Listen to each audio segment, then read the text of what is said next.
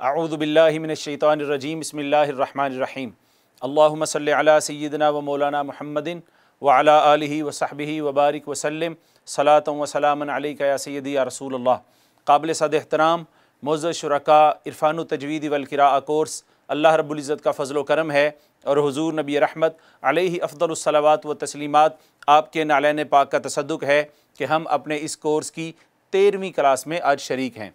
हाज़रीन मुकर्रम, आपके इल्म में है कि गुज़श्ता सबक में हमने मखारिज का तफसीली बयान शुरू किया था और उसमें हमने पहले 11 मखरज जो थे वो पढ़ लिए थे।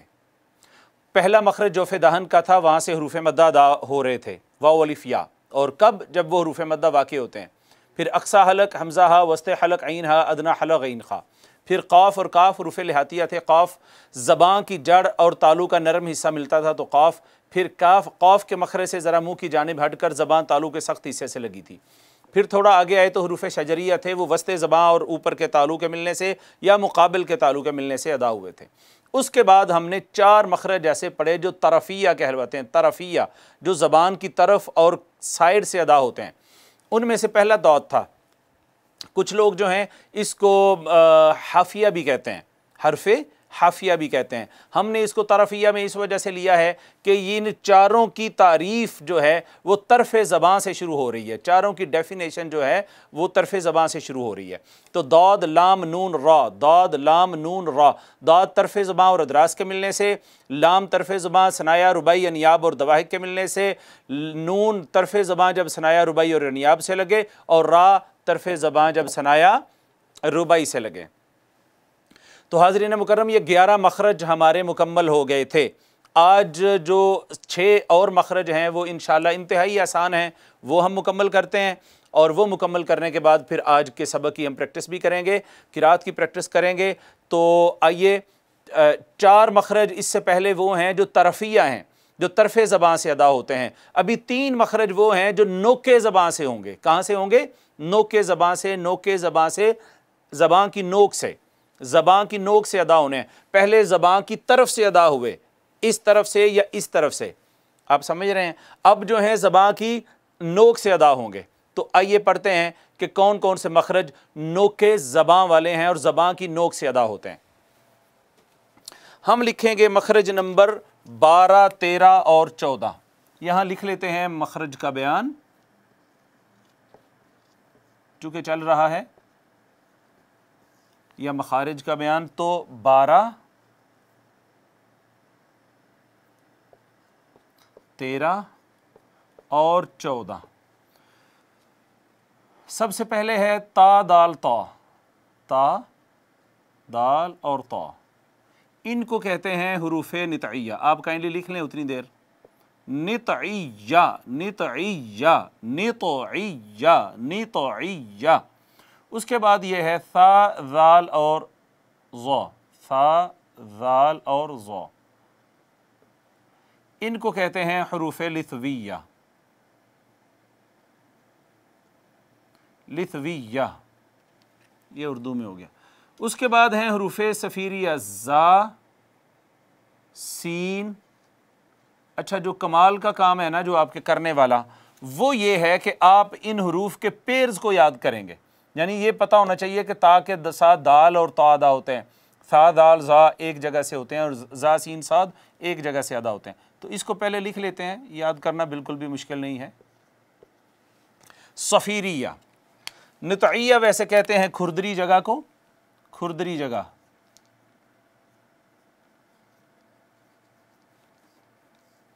खुरदरी जगह है। लिस्विया मसूड़ों को कहते हैं। और सफ़ीर सीटी को कहते हैं, सीटी वाले। सफ़ीर सीटी को कहते हैं सफ़ीरिया, जिन पर सीटी की आवाज़ आती है। नाज़रीन कराम, ये 3 मखरज जो हैं 12, 13 और 14, ये नोके ज़बान वाले हैं, नोके ज़बान वाले हैं, नोके ज़बान वाले हैं, नोके ज़बान वाले हैं। ये नोके ज़बान से अदा होते हैं। कहाँ से अदा होते हैं? नोके ज़बान से। एक एक की डेफिनेशन लिखेंगे।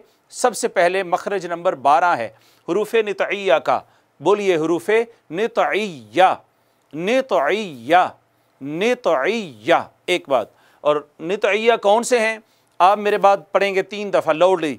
ता दाल तो, ता दाल तो, ता दाल तो, ता दाल तो, ता दाल तो, ता दाल तो। ये जो 3 हरूफ हैं ये कहाँ से अदा होते हैं? आइए इनकी डेफिनेशन लिखते हैं। इनकी डेफिनेशन लिखेंगे, तीनों की डेफिनेशन यहाँ से शुरू होगी। नोके ज़बां, नोके ज़बां, नोके ज़बां और सनाया उलिया की जड़ें, और सनाया उलिया की जड़ें।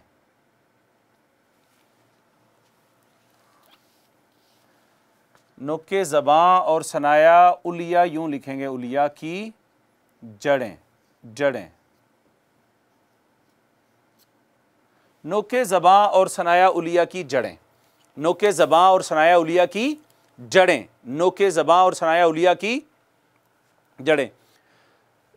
हाज़रीन मुकर्रम, ये नोके ज़बां है, ज़बां की नोक है। ये ऊपर वाले सामने के 2 दांत हैं। ये इन 2 दांतों की अंदर वाली साइड पे जो जड़ है ना, जड़, उस पे जब नोके ज़बां लगती है तो ये 3 हरूफ अदा होते हैं।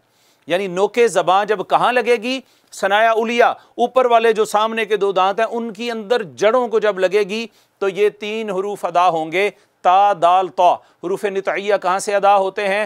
हरूफ नितइया अदा होते हैं नाज़रीन किराम नोके ज़बां और सनाया उलिया की जड़ें, नोके ज़बां और सनाया उलिया की जड़ें, नोके ज़बां और सनाया उलिया की जड़ें। बोल दें, नोके ज़बां और सनाया उलिया की जड़ें, जड़ें, जड़ें, जड़ें, नोके ज़बां और सनाया उलिया की जड़ें। यहाँ से क्या अदा होता है? यहाँ से हरूफ नितइया अदा होते हैं, हरूफ नितइया अदा होते हैं। कौन से? ता दाल तो, ता दाल तो, ता दाल तो। कहाँ से अदा हुए? नोके ज़बां और सनाया उलिया की जड़ें। अब इसको प्रैक्टिस करके देखते हैं, प्रैक्टिस करके देख लेते हैं। इसको लिख लेते हैं, ता दाल और तो, इनको साकिन करें। उसी तरह मखरज मालूम करने का जो तरीका हमने पढ़ा था, माँ क़बल हमज़ा मफ्तूहा लाकर पढ़ें। पढ़िएगा ज़रा, मेरे बात पढ़िएगा। आत, आत। आप देखें कि जो नोके ज़बां है वो कहाँ लगी है? वो सनाया उलिया की अंदर जड़ों को लग रही है। अत, अद, अत्तो, अत, अद, अत्तो, अत, अद, अत्तो। तो नोके ज़बां ऊपर वाले 2 दांत जिन्हें सनाया उलिया कहते हैं उनकी जड़ों को लगी है। तो नाज़रीन किराम आपने देखा कि यहाँ से हरूफ़े नितइया अदा हुए, हरूफ़े नितइया अदा हुए। सही तरह समझ आ गई है? नितइया कहते हैं खुरदरी जगह को, ठीक है। यहाँ से 3 हरूफ अदा होते हैं, ता दाल तो, ता दाल तो, ता दाल तो। जो रट्टा लगाना है वो इस बात पे लगाना है कि ये इनका पैर ये है, ये 3 इकट्ठे ये हैं, ता दाल तो, ता दाल तो, ता दाल तो। मखरज बिल्कुल आसान है, नोके ज़बां और सनाया उलिया की जड़ें, नोके ज़बां और सनाया उलिया की जड़ें। फिर से कहिएगा, नोके ज़बां और सनाया उलिया की जड़ें। अत, अद, अत। क्लियर हो गई बात? तो नाज़रीन किराम ये थे हरूफ़े नितइया, मखरज नंबर 12। अगले भी नोके ज़बां वाले हैं, अगले भी नोके ज़बां वाले हरूफ़े लिथविया जो हैं, लिथविया, ये कौन से हैं? सा ज़ाल ज़ो, सा ज़ाल ज़ो, सा ज़ाल ज़ो। अच्छा, ये नाम क्यों रखे गए हैं? अगर कोई कहे सर ये क्या नाम रखे गए हैं, तो ये नाम रखे जाने का मतलब ये है कि कोई ऐसा लफ्ज़ आपको याद करवा दिया जाए जिससे आपको आइडिया हो जाए कि जो हर्फ इसमें है वही हर्फ इसमें है। इसमें नितइया में तो है तो इसमें ता दाल तो में भी ता है, लिथविया में सा है तो यहाँ इनमें हरूफ़े लिथविया में भी सा है। तो इसको हरूफ़े लिथविया जो हैं वो पहले हम याद कर लेते हैं। 5 दफ़ा पढ़ेंगे, बराह करम मेरे बात पढ़िएगा। सा ज़ाल ज़ो, सा ज़ाल ज़ो, सा ज़ाल ज़ो, सा ज़ाल ज़ो, सा ज़ाल ज़ो, सा ज़ाल ज़ो। ये कौन से हरूफ हैं? हरूफ़े लिथविया, लिथविया। ऊपर वाले ता दाल तो नितइया, ये लिथविया सा वाले, सा ज़ाल ज़ो, सा ज़ाल ज़ो, सा ज़ाल ज़ो। अब नाज़रीन किराम इसका मखरज लिखते हैं, बहुत सिंपल और आसान है। उसी तरह नोके ज़बां और सनाया उलिया का किनारा, नोके ज़बां और सनाया उलिया का किनारा। आप पहले लिख लें, फिर हम समझ लेते हैं इसे। नोके ज़बां और सनाया उलिया का किनारा। ऊपर क्या था? नोके ज़बां और सनाया उलिया की जड़ मिली थी। अब जड़ नहीं है, ऊपर वाले दो दांतों की जड़ नहीं। अब जो नोके ज़बां है ना, ज़बां की नोक, ये ऊपर वाले दो दांतों की कहाँ लगेगी? ये लगेगी नाज़रीन किराम किनारे को, बाहर किनारे को लगेगी, किनारे को। यहां से सा ज़ाल ज़ा अदा होते हैं। नोके ज़बां और सनाया उलिया का किनारा। पहले था नोके ज़बां और सनाया उलिया की जड़ें, अब है नोके ज़बां और सनाया उलिया का किनारा। कौन सी मुश्किल बात है इसमें? आसान है ना बिल्कुल। नोके ज़बां तो कह दिया, पहले सनाया उलिया की जड़ है, फिर सनाया उलिया का किनारा है। पहले जड़ है, फिर क्या है? किनारा है। नोके ज़बां और सनाया उलिया की जड़ें जब मिलती हैं तो हुरूफ़ नितइया अदा होते हैं, और नोके ज़बां और सनाया उलिया का जब किनारा बाहर वाला मिलता है तो वहाँ से हुरूफ़ लिथविया अदा होते हैं। देखिए मेरे बाद पढ़िए। अस अस अस अज़ अज़ अज़, और मोटा कर देंगे, होंठ गोल करेंगे, अव अव अव। तो आपने देखा एक ही जगह से ये तीनों हरूफ अदा हुए हैं। ज़बां की नोक जब सनाया उलिया के किनारों से लगती है तो हरूफ लिथविया अदा होते हैं, जो कि सा दाल ज़ा हैं। कौन से हैं? सा दाल ज़ा, सा दाल ज़ा। हरूफ नितइया कौन से थे? ता दाल ता, ता दाल ता। हुरूफ़ नितइया का मखरज क्या था? नोके ज़बां और सनाया उलिया की जड़ें। लिथविया का मखरज क्या है? नोके ज़बां और सनाया उलिया का किनारा। सिंपल सी बात है। नोके ज़बां और सनाया उलिया की जड़ें और नोके ज़बां और सनाया उलिया का किनारा किनारा किनारा। ये तो हो गए लिथविया और पहले थे नितइया। अब आइए चलते हैं हुरूफ़ सफ़ीरिया की जानिब। सफ़ीर कहते हैं सीटी को। किसे कहते हैं? सीटी को। इन तीन हरूफ पर सीटी की आवाज़ आती है और आनी चाहिए। अभी मज़ीद हम इस पर बात करेंगे, लेकिन पहले इसको पढ़ लेते हैं एक दफ़ा। इसकी तारीफ़ लिख लें, इनका मखरज लिख लें। उसी तरह नोके ज़बां, सनाया उलिया और सुफला, सनाया उलिया व सुफला दोनों का किनारा मिले तो। अच्छा, यहाँ भी नोके ज़बां लिखना है और यहाँ भी नोके ज़बां। ये तीनों मखरज जो हैं ये नोके ज़बां से शुरू होते हैं। कहाँ से शुरू होते हैं? नोके ज़बां से शुरू होते हैं। नाज़रीन किराम, हुरूफ़ सफ़ीरिया जो हैं ये भी अदा होते हैं नोके ज़बां से, लेकिन नोके ज़बां जब कहाँ लगे? ज़बां की नोक, ज़बां की नोक कहाँ लगे? सनाया उलिया के किनारे और सनाया सुफला दोनों के किनारों के बीच में, दरमियान में लगेगी, दरमियान में। तो यहाँ से हुरूफ़ सफ़ीरिया अदा होते हैं। हुरूफ़ सफ़ीरिया हमने क्या लिखा है? हम लिखेंगे नोके ज़बां, सनाया उलिया और सुफला दोनों का किनारा। नोके ज़बां, सनाया उलिया और सुफला दोनों का किनारा। नोके ज़बां कहाँ लगेगी? सनाया उलिया और सनाया सुफला दोनों के किनारे से लगेगी। नोके ज़बां, सनाया उलिया और सुफला दोनों का किनारा। ये हैं हुरूफ़ सफ़ीरिया। सफ़ीरिया देखें, अब पढ़ के देखते हैं। पढ़ने का, प्रैक्टिस करने का एक ही बेहतरीन तरीका हम पढ़ चुके हैं, और वो ये है, जिस हर्फ का मखरज मालूम करना है पहले उसे साकिन करें, उसके बाद माँ कबल हमज़ा मफ्तूहा लेके आएँ, फिर माँ कबल हमज़ा मफ्तूहा लेके आएँ। इसको पढ़िए। अज़ अज़ अज़ अस अस अस औस औस औस। तो तीनों में सीटी की आवाज़ आनी चाहिए। तीनों में क्या होना चाहिए? सीटी की आवाज़ आनी चाहिए। सीटी की आवाज़ तब आती है जब थोड़ा सा आप सख्ती से पढ़ें। अब कहेंगे कि सर ज़बां की नोक 100% दोनों किनारों के साथ टच तो नहीं करती है सम टाइम। तो टच भले ना करे, मगर ज़बां की नोक जो है उन्हीं दो किनारों के करीब तर रहती है।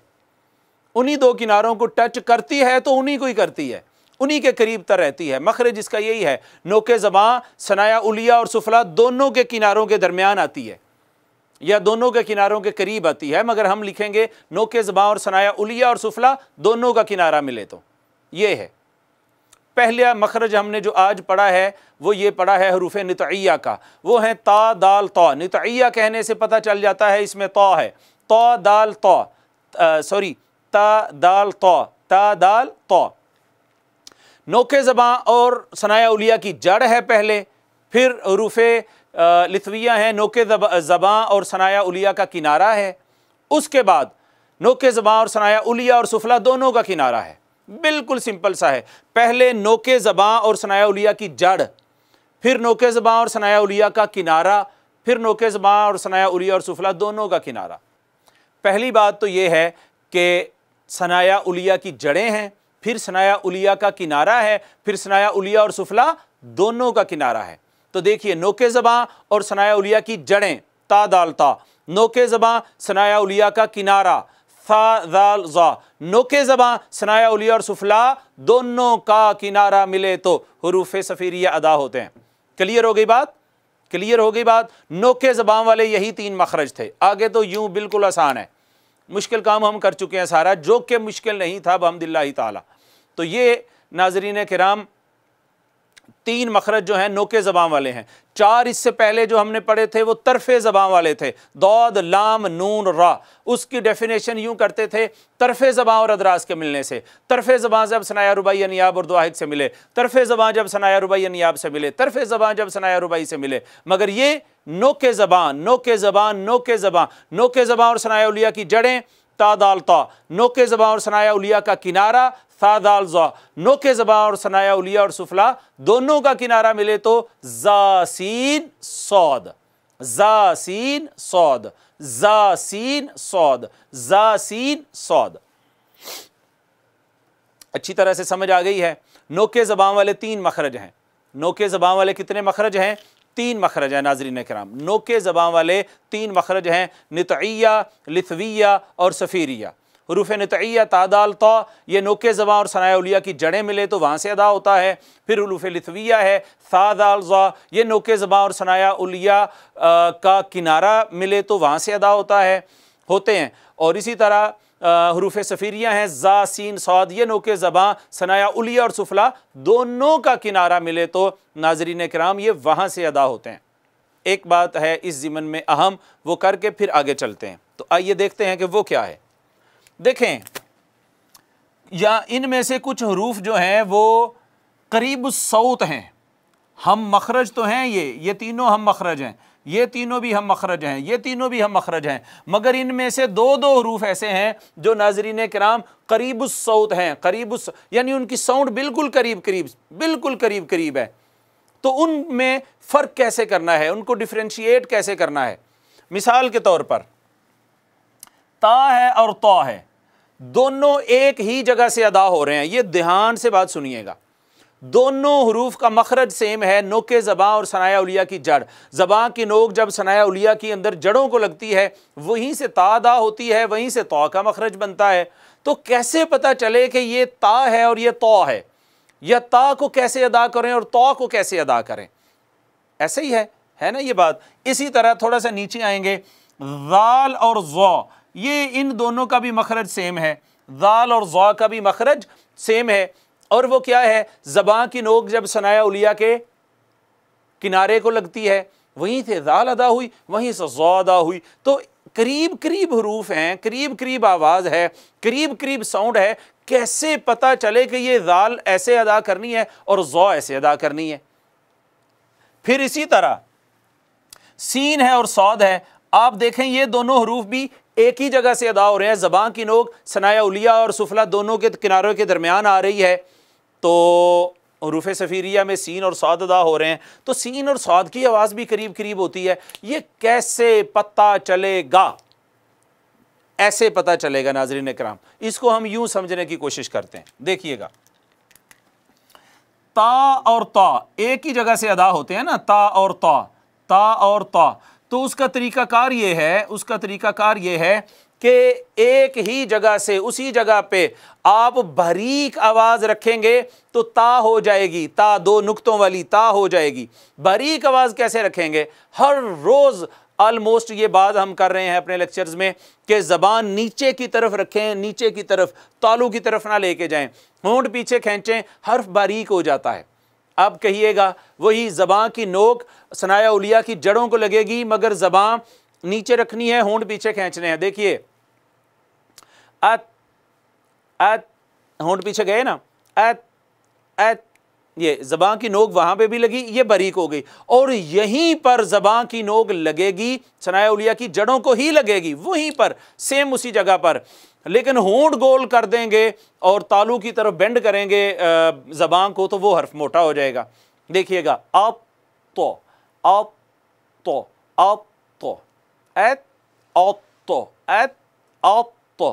क्लियर हो गई बात। किसी हर्फ को, ये ता को बारीक पढ़ना है, तो को मोटा पढ़ना है। बारीक कैसे होगा, ये कई दफ़ा हम बात कर चुके हैं कि कोई भी हर्फ बारीक होता है नाज़रीन किराम जब आप दोनों होंठों को थोड़ा पीछे खींच लेते हैं और ज़बान ऊपर नहीं उठने देते, और अगर होंठ गोल कर लें तो वो हर्फ मोटा हो जाता है, मुफख्खम हो जाता है, पुर पढ़ा जाता है, पुर पढ़ा जाता है। मोटे से मुराद पुर पढ़ा जाता है। उसके बाद ज़ाल और ज़ा का भी सेम किस्सा है। ज़ाल और ज़ा का भी सेम किस्सा है। ज़ा चूँकि ता भी हुरूफ तफ़ख़ीम में से थी, मुस्तालिया में से थी, ज़ा भी मुस्तालिया में से है, सौद भी मुस्तालिया में से है। ये वो है जिन्होंने मोटा पढ़ा जाना है। तो ज़ाल और ज़ा में डिफरेंस कैसे पैदा करेंगे, सेम वही, बारीक आवाज़ रखेंगे ज़ाल हो जाएगी, उसी पे होंठ गोल कर देंगे तो ज़ा हो जाएगी। देखिए, अज़ औज़, अज़ औज़, अज़ औज़, अज़ औज़, समझ आ रही है। सीन और साद सेम मामला है, सेम इशू है। बारीक रखेंगे आवाज को, सीन हो जाएगी, होंठ गोल कर देंगे साद हो जाएगी। देखिएगा, एस औस, एस औस, एस औस, ये है। तो तीनों जगहों पे हमने देखा कि दो दो हरूफ ऐसे आए हैं जो करीबुस सौत हैं। तो हम क्या करें, हमें उन दोनों हरूफ के जो आवाज़ है और जो उनकी सौत है उनमें कैसे फ़र्क मालूम होगा और कैसे फ़र्क करने के हम काबिल होंगे। तो तरीक़ाकार ये है, बारीक वाले हर्फ को कैसे पढ़ना है वो पढ़ लिया है, और जिस हर्फ को पुर करना है होंठ गोल करके वो भी हमने पढ़ लिया है। एक बात यह है, इस ज़िमन में आखिरी जो बात है जो बड़ी अहम मैं समझता हूँ वो ये है, ये जो तीन हरूफ है ना, ये तीनों हरूफ इनको नरमी से पढ़ा जाता है। कैसे पढ़ा जाता है, नरमी से। इन तीनों पे सख्ती की आवाज़ नहीं आनी चाहिए, इन तीनों को सख्ती से नहीं पढ़ना, और ना ही सीटी की आवाज़ आनी चाहिए। आप सा पे सीटी बजाएंगे वो सीन हो जाएगी, सा पे सीटी बजाएंगे वो क्या हो जाएगी, सीन हो जाएगी। हम दो सना, हम कहते हैं ना सना, सीटी बजाते हैं वो सीन हो जाती है, वो सना नहीं होती। सना ये विदाउट सीटी करना है, और सीटी उस वक्त नहीं बजती जब आप नरमी से पढ़ते हैं। नरमी से अस, अस, सना, सना, सनाउल्ला, सनाउल्ला नहीं कहना, सीटी नहीं बजानी, ठीक है। ये तीनों नरमी से। इसी तरह ज़ाल है, ज़ाल, व इज़ क़ौला, व इज़ क़ौला, व इज़ क़ौला। ज़ाल को नरमी से पढ़ेंगे तो ज़ाल है, इस पर सख्ती करेंगे या इस पर सीटी की आवाज़ आएगी। सीटी की आवाज़ आती ही उसी वक्त है जब आप सख्ती करते हैं, जब आप क्या करते हैं, सख्ती करते हैं। देखिएगा, व इज़ क़ौला, व इज़ क़ौला, ये इज़ नहीं है, ये व इज़, इज़, इज़, इज़, नरमी से। नरमी से पढ़ेंगे तो ज़ाल है, सख्ती से पढ़ेंगे तो ज़ा है। किस्सा मुख्तसर ये है नाज़रीन किराम कि सा ज़ाल ज़ा में आपने नरमी इख्तियार करनी है, इसको सख्ती से नहीं पढ़ना। जब नरमी से पढ़ेंगे तो सीटी बजेगी भी नहीं, पहली बात। दूसरी बात यह है कि ये उसका अपोजिट हैं, ये तीनों, ये दोनों एक दूसरे का अपोजिट हैं। ये जो तीन है ना, ये तीन हरूफ, इन तीनों पर हमने सीटी बजानी है, और सीटी बजती है जब हम ज़ोर से पढ़ते हैं, जब हम ज़ोर से पढ़ते हैं। इनको नरमी से नहीं पढ़ना, इनको नरमी से नहीं पढ़ना। मिसाल के तौर पर ज़ा है ना, इसको यूं नहीं पढ़ना अज़, अज़, नहीं नहीं नहीं नहीं, इसको जोर लगाना है और सीटी लगानी है उसमें, अज़, अज़, अज़, ठीक है। अस, अस, अस सीटी है, औस, औस, औस सीटी है। ये तीनों हरूफ नरमी से पढ़े जाते हैं, और ये तीनों हरूफ सख्ती से, और साथ में सीटी भी है। सख्ती से मुराद ये नहीं है कि ये मुशद्दद हैं, मतलब फिर कोई गलती ना निकालना शुरू कर दें। इसका माना ये है कि ये नरमी सख्ती से पढ़े जाते हैं इस सेंस में कि इन पे सीटी की आवाज़ आती है। क्या आती है, और नरमी से सीटी की आवाज़ नहीं आती, थोड़ा सख्ती से पढ़ें तभी आती है। तो ये तीन हरूफ बग़ैर सीटी के नरमी से पढ़े जाते हैं, ये तीनों हरूफ सख्ती के साथ और सीटी के साथ पढ़े जाते हैं। हाज़रीन मुकर्रम, आज के लेक्चर में हरूफ नितइया पढ़े हैं, हरूफ लिथविया पढ़े हैं और हरूफ सफ़ीरिया पढ़े हैं। आपने देखा कि जिस दिन से इरफानुत तजवीद वल क़िराअह की क्लास शुरू हुई है, मेरे मुंह से आपने हरूफ नहीं सुना होगा। हरूफ नहीं है, हा पे पेश पढ़नी है, हुरूफ। और पेश उसी वक्त अदा होती है जब आपके होंठ गोल होते हैं। आप कहेंगे हुरूफ। क्लियर है? हरूफ नितइया ता दाल ता अदा हुए नोके ज़बां और सनाया उलिया की जड़ें। हरूफ लिथविया सा दाल ज़ा अदा हुए नोके ज़बां और सनाया उलिया का किनारा। हरूफ सफ़ीरिया ज़ा सीन सौद अदा हुए नोके ज़बां सनाया उलिया और सुफला दोनों का किनारा। इंतहाई आसान है। नोके ज़बां सनाया उलिया की जड़, नोके ज़बां सनाया उलिया का किनारा, नोके ज़बां सनाया उलिया और सुफला दोनों का किनारा। पहले तो जड़ है ना, उसको छोड़ें, फिर एक का किनारा, फिर दोनों का किनारा। सिंपल है बिल्कुल। छोटे बच्चे भी बैठे होंगे तो मैं उम्मीद करता हूं कि इंशाअल्लाह ताला आपको अच्छे तरीके से समझ आ रही होगी। 12, 13 और 14 मखरज हो गए हमारे। कितने हो गए? 14। 4 तो वो थे नाज़रीन किराम जो हमारे तरफिया थे, और ये 3 ऐसे हैं जो नोके ज़बां वाले हैं। अब आइए आखिरी 3 को कंप्लीट करते हैं। आखिरी 3 जो मखारज हैं नाज़रीन किराम, उनको कंप्लीट करते हैं। और वो कौन से हैं? 15वां मखरज है फ़ा का। 15 मखरज नंबर 15 है फ़ा का। फ़ा, ये आप लिखेंगे सनाया उलिया का किनारा।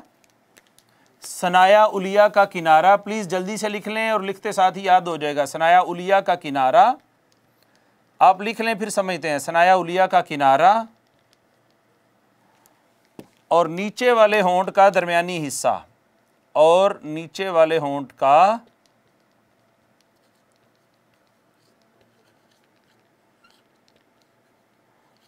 दरमियानी हिस्सा लिखा। क्या लिखा है आपने?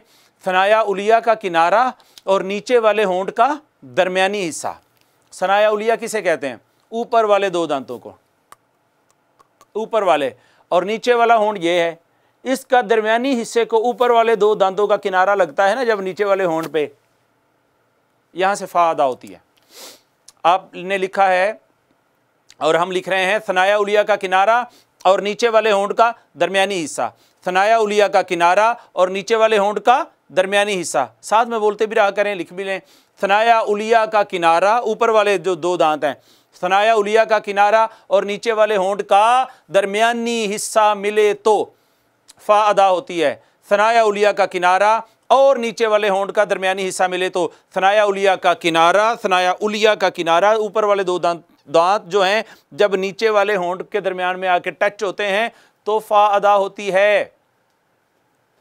कहें भला मेरे बाद, of of of of of, यहीं से अदा हुई है, कहीं और से तो नहीं अदा हुई ना? ऊपर वाले होंठ का कोई अमल दखल है इसमें? कोशिश करें कि जो नीचे वाले दांत हैं उनको ऊपर वाले होंठ के साथ लगा के देखें, फ़ा अदा होती है? नहीं होती ना। तो फ़ा अदा होगी सनाया उलिया का किनारा, ऊपर वाले 2 दांत जो हैं जब वो नीचे वाले होंठ से आके टच होते हैं दरमियानी हिस्से से, वहां से फ़ा अदा होती है। हमने जो मखरज लिखा है वो ये लिखा है, मेरे बाद पढ़िएगा। सनाया उलिया का किनारा और नीचे वाले होंठ का दरमियानी हिस्सा। सनाया उलिया का किनारा और नीचे वाले होंठ का दरमियानी हिस्सा। सनाया उलिया का किनारा और नीचे वाले होंठ का दरमियानी हिस्सा मिले तो of of of of of. Clear हो गई जी? बात क्लियर है। मखरज नंबर 15 मुकम्मल हो चुका है हमारा। फ़ा का मखरज है। किसका मखरज है? फ़ा का मखरज है। और वो क्या है? ऊपर वाले दोनों दांतों का किनारा मिलता है सनाया उलिया का। कहाँ? नीचे वाले होंठ के दरमियान वाले हिस्से से। अफ। कहीं प्रॉब्लम हो जाए ना, समझना है कि ये मखरज कहाँ से अदा हो रहा है, उसको साकिन करके उस हर्फ को मा कबल हमजा मफ्तूहा लाकर पढ़ें, जनाब आपको उसी वक्त पता चल जाएगा कि मखरज क्या है इसका। याद करें अब वो मेरी बात जो शुरू में हमने लिखी थी, पहले या दूसरे लेक्चर में ऑलमोस्ट, कि मखरज मालूम करने का तरीका क्या है। हमने 2 चीज़ें लिखी थी। जिस हर्फ का मखरज मालूम करना हो पहले उसे साकिन करेंगे, मा कबल हमजा मफ्तूहा लाकर पढ़ेंगे तो मखरज मालूम हो जाएगा। यही था ना? आगे चलते हैं। तो फ़ा क्या था? सनाया उलिया का किनारा और नीचे वाले होंठ का दरमियानी हिस्सा मिला है तो फिर आगे चलते हैं जी 16, मखरज नंबर है 16। ये 3 हरूफ हैं, हरूफ शफवी इन्हें कहते हैं, बा, मीम और वाओ। बा, मीम और वाओ इन्हें कहते हैं हरूफ शफविया। शफविया, शफविया से मुराद है होंठों से अदा, जिनमें दोनों होंठों का अमल दखल है, जिनमें दोनों होंठों का। अभी हम पढ़ते हैं, आपको पता है मीम साकिन के जो कवायद थे उसमें हमने हर हर्फ कायदे के साथ, उसमें हमने हर कायदे के साथ शफविया लिखा था, याद है आपको? इदगाम शफवी, इख्फाए शफवी, इजहार शफवी लिखा था ना। इसी वजह से लिखा था कि मीम हरूफ शफविया में से है। तो हरूफ शफविया कितने हैं? 3 हैं, बा, मीम, वाओ। बा, मीम, वाओ, बा, मीम, वाओ। आपको ये भी याद होगा कि उसूल मखारज 5 पढ़े हमने, हलक, लिसान, शफतैन, दोनों होंठ, दोनों होंठ। तो दोनों होंठों से जो हरूफ अदा होते हैं वो ये 3 हैं। इसी वजह से इन्हें हरूफ शफविया कहा जाता है। बा, मीम, वाओ को हरूफ शफविया कहा जाता है। ये दोनों होंठों से अदा होते हैं, मगर कैसे, वो देखते हैं। शफविया से मुराद है होंठों से अदा होने वाले हरूफ। अब इन तीनों की तारीफ ज़रा एक एक करके करनी पड़ेगी। बा की तारीफ पहले लिखिए, बा की डेफिनेशन लिखिए, बा की डेफिनेशन लिखिए जी नाज़रीन किराम, बा की डेफिनेशन लिखिए। बा अदा होती है, आप लिखेंगे, दोनों होंठों के तर हिस्से के मिलने से, या यूं लिखेंगे दोनों होंठों के अंदरूनी तर हिस्से के मिलने से। तर हिस्सा होता ही अंदरूनी है, होंठों का तर हिस्सा अंदरूनी होता है ना, तो ज़्यादा बेहतर है वैसे ये लिख लें, दोनों होंठों के तर हिस्से के मिलने से बा अदा होती है। बा कहाँ से अदा होती है? हम लिख रहे हैं, दोनों होंठों के तर हिस्से के मिलने से, दोनों होंठों के तर हिस्से के मिलने से बा अदा होती है। हम लिख रहे हैं बा का मखरज, और वो ये है, दोनों होंठों के तर हिस्से के मिलने से बा अदा होती है, दोनों होंठों के तर हिस्से के मिलने से बा अदा होती है। देखिए, अब अब अब अब दोनों होंठों का अंदर वाला हिस्सा मिलता है ना, जो तर होता है, उससे बा अदा होती है, वो मिले तो। मीम का लिखे मखरज, दोनों होंठों के खुश्क हिस्से के मिलने से मीम अदा होती है। मीम कहाँ से अदा हुई? दोनों होंठों के खुश्क हिस्से के मिलने से। दोनों होंठों के बाहर वाला हिस्सा, दोनों होंठों का खुश्क हिस्सा मिलता है तो मीम अदा होती है। दोनों होंठों के खुश्क हिस्से के मिलने से मीम अदा होती है। कहें अम, तो आपने देखा मीम दोनों होंठों के बाहर वाले हिस्से के मिलने से अदा होती है, और बा दोनों होंठों का अंदर वाला जब हिस्सा मिलता है वहां से अदा होती है। आप कोशिश करें जरा, बा को बाहर से अदा करें, नहीं होता, जो अम्ब बन जाता है वो, यानी वो बनता ही नहीं है वो। अगर वो उस दिन, अगर कल की बात आप लें ना, कल की बात लें जिसमें ये बात हो रही थी कि जी सर हम लाम तो यहाँ से भी अदा कर सकते हैं, हम तो रा यहाँ से भी अदा कर सकते हैं, वो 2-3 हरूफ ही हैं जो आप वहाँ से, यहाँ से, उधर से अदा कर सकते हैं, बाकियों को अदा करके दिखाएं, बाकी नहीं कहाँ से अदा, कहीं से भी अदा होते। तो मखारिज यही सही हैं जो हम पढ़ रहे हैं, वो हमारी एक एक्स्ट्रा काबिलियत है। तो मीम कहाँ से अदा हुई? दोनों होंठों के खुश्क हिस्से के मिलने से, दोनों होंठों के खुश्क हिस्से के मिलने से। और आगे रह गया वाओ। वाओ अदा होती है दोनों होंठों को गोल करने से, दोनों होंठों को गोल करने से वाओ अदा होती है, दोनों होंठों को गोल करने से वाओ अदा होती है। वाओ कहाँ से अदा होती है? दोनों होंठों को गोल करने से। क्या लिखा है आपने? दोनों होंठों को गोल करने से, दोनों होंठों को गोल करने से। देखें, वाओ को साकिन करें, पीछे हमजा मफ्तूहा लाकर पढ़ें, आव आव आव। आपने पढ़ना है मुसली मून, तो वाओ को पढ़ेंगे होंठ गोल होंगे। मैंने अर्ज किया था ना उस दिन भी कि दुनिया में अभी तक कोई ऐसा शख्स पैदा नहीं हुआ जो होंठ गोल ना करे और पेश और वाओ को अदा कर सके, कर ही नहीं आप सकते। यही प्रॉब्लम है, हम जब कहते हैं ना औज़ु बिल्लाहि मिनश शैतानिर रजीम, औ होता ही तब है, होंठ गोल नहीं करते। आप होंठ गोल करें, साथ ही आपका ऊ हो जाएगा, औज़ु बिल्लाहि, ऊ उसी वक्त होता है जब होंठ गोल होते हैं। होंठ गोल ना करें तो औ ही निकलेगा, औज़ु बिल्लाह, औ इस वजह से कि होंठ गोल नहीं होते। तो बा दोनों होंठों के अंदरूनी तर हिस्से के मिलने से अदा होती है। मीम दोनों होंठों के बाहर वाले खुश्क हिस्से के मिलने से अदा होती है और वाव दोनों होंठों को गोल करने से अदा होती है। नाज़रीन किराम 16 मखरज हो गए और आज का आखिरी मखरज है 17वां मखरज है गुन्ना का। गुन्ना, गुन्ना जी, गुन्ना। गुन्ना अदा होता है खैशूम से। खैशूम किसे कहते हैं? उस दिन हमने पढ़ा था खैशूम, ये जो 5 हमने पढ़े हैं ना उसूल मखारिज, उनमें से आखिरी था हलक, लिसान, शफतैन, जोफ़े दहन, खैशूम। खैशूम नाक की इस हड्डी को कहते हैं। गुन्ना अदा होता है यहाँ से। क्या अदा होता है? गुन्ना। और गुन्ना किस पर होता है ये भी हम पढ़ चुके हैं। नून मुशद्दद और मीम मुशद्दद जब आएगी तो नाक में आवाज़ छुपा कर पढ़ेंगे। कहाँ आवाज़ छुपा कर पढ़ेंगे? नाक में।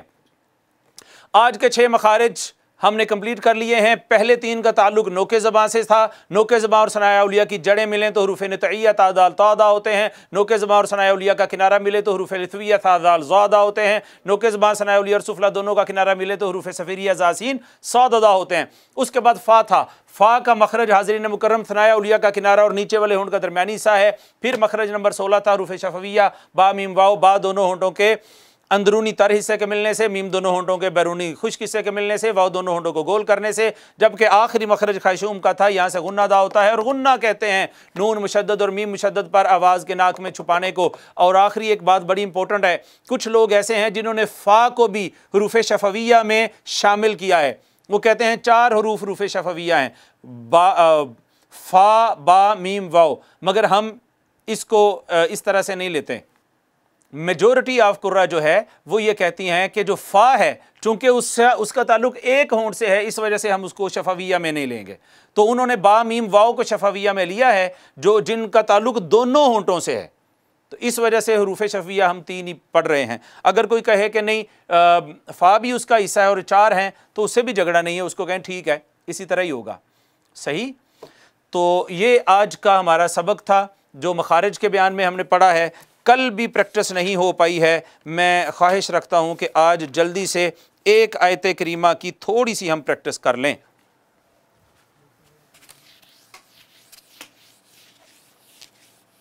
थोड़ी स्पीड लगानी पड़ेगी, वक्त हो चुका है तकरीबन 2-4 मिनट के लिए एक आयत करीमा की प्रैक्टिस कर लेते हैं।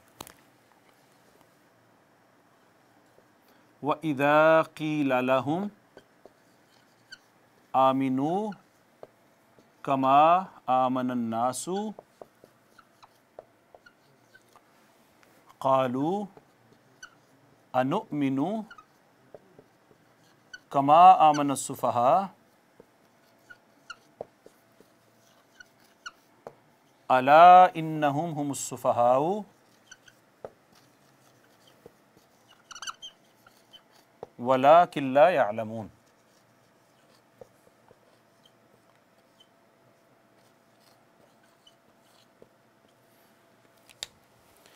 नाज़रीन किराम, ये आज की आयत करीमा हमने लिखी है व इज़ा क़ील लहुम। ये एराब लगाने इस वजह से ज़रूरी हैं कि इनके ऊपर हमने फिर सारा अपनी वो रखनी होती है, बुनियाद रखनी होती है। अनुमिनु कमा आमनस सुफ़हाउ अला इन्नहुम हुमुस सुफ़हाउ वलाकिन ला यअलमून। जी, ये हमने लिख लिया है आज का सबक। आइए जल्दी से देखते हैं कि इसमें से कौन कौन से क़वाइद अदा हो रहे हैं। आप मेरे बात पढ़िएगा। व इज़ा क़ील लहुम, व इज़ा में वाव को हमने होंठ गोल करके पढ़ा, हरूफ शफ़विया में से है। दाल जो है हरूफ था, दाल ज़ा हरूफ लिथविया में से था, नरमी से पढ़ा। अलिफ जो है माक़बल मफ्तू होने की वजह से मद्दा है। या भी माक़बल मदमूम होने, माक़बल मकसूर होने की वजह से याए मद्दा है। दोनों को एक एक अलिफ के बराबर हमने खींचा। लहुम की मीम साकिन है, मीम साकिन पे इजहार शफ़वी है इस वजह से कि इसके बाद ना तो मीम है ना ही बा है।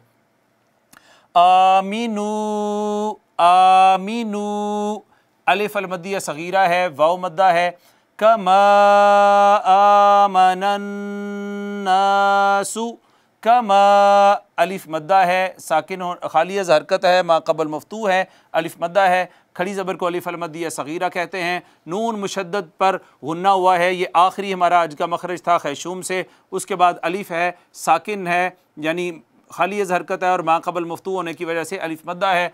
क़ालू अनुमिनु, क़ालू ये अलिफ मद्दा है, ये वाव मद्दा है। उसके बाद इस मद को कितना खींचा जाता है ये हम नहीं पढ़ रहे, ये आगे चल के मद्दात का बयान आ रहा है इंशाल्लाह, उसमें हम पढ़ेंगे कि इस पे मद आई क्यों है, किसने इसको मद दी है, किस पर मद आती है, उस मद का नाम क्या होता है और उसको खींचते कितना है। अनुमिनु, अनुमिनु में हमज़ा में हम झटका लगाएंगे। कमा आमनस सुफहाउ, कमा अलिफ मद्दा है, ये अलिफ अलमदिया सगीरा है। उसके बाद ये अगेन अलिफ मद्दा है। अला इन्नहुम, अला में ये अलिफ जो है अलिफ अलमदिया सगीरा है। ये जहाँ मैं पॉइंट आउट करूँ ना तो आप देखा करें कि यहाँ कौन सा कायदा लग रहा है। इन्ना पे मुशद्दद था चूँकि तो गुन्ना हुआ है, मीम साकिन है, इजहार शफवी है इस वजह से कि ना तो बाद में मीम है ना बा है। हुमुस्सुफहाउ, हुमुस्सुफहाउ। अगर मैं आपसे ये पूछूं कि इस मीम पर क्या है, इस मीम पर क्या है, तो आप क्या बताएंगे? इजहार शफवी है, इदगाम शफवी है या इख्फा शफवी है? तो नाज़रीन किराम तीनों में से कोई भी नहीं है। क्यों? ये मीम साकिन ही नहीं है। वो मीम साकिन के कवायद हैं जो तीन हैं, ये तो मीम मुतहर्रक है, फिर ये अलिफ मद्दा है। उसके बाद वलाकिन ला यअलमून, वलाकिन ला यअलमून, वला अलिफ अलमदिया सगीरा, नून साकिन, उसके बाद हरफ इदगाम, लाम यरमलून में से नून का लाम में इदगाम हो गया, इदगाम करते हुए गुन्ना नहीं हुआ, इदगाम बिला गुन्ना हुआ यहाँ पे। उसके बाद अलिफ मद्दा है, यअलमून में वाव मद्दा है। व इज़ा क़ील लहुम आमिनू कमा आमनन्नासु क़ालू अनुमिनु कमा आमनस्सुफ़हाउ अला इन्नहुम हुमुस्सुफ़हाउ वलाकिन ला यअलमून।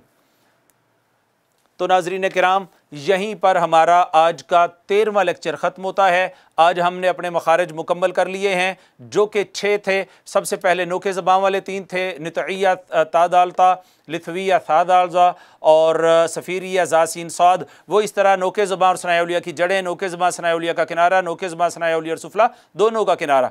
उसके बाद फ़ा का मखरज था, सनाउलिया का किनारा और नीचे वाले होंठ का दरमियानी हिस्सा, फिर हुरूफ़ शफ़विया, बा मीम वाव थे, बा मीम वाव, बा दोनों होंठों के बाहर वाले खुश्क हिस्से के मिलने से, मीम दोनों होंठों के अंदरूनी तर हिस्से के मिलने से और वाव दोनों होंठों को गोल करने से खशूम कहते हैं। गुन्ना का मखरज जो है वो खशूम से है, खशूम कहते हैं नाकीस हड्डी को। यहाँ से नून मुशद्दद और मीम मुशद्दद अदा होता है। और इसी के साथ ही तमाम 17 के 17 मखारज आज बहम्दिल्लाहि ताला 1 बाई 1 हमारे मुकम्मल हो गए हैं। आपको यकीनी तौर पर याद होंगे। किसी दिन इनकी फिर इंशाअल्लाह ताला हम रिवीजन भी करेंगे। आज वक्त हो चुका है। इसी के साथ ही हम इजाज़त चाहते हैं। अल्लाह रब्बुल इज़्ज़त आप सबका हामी नासिर हो। वमा अलैया इल्लल बलाग।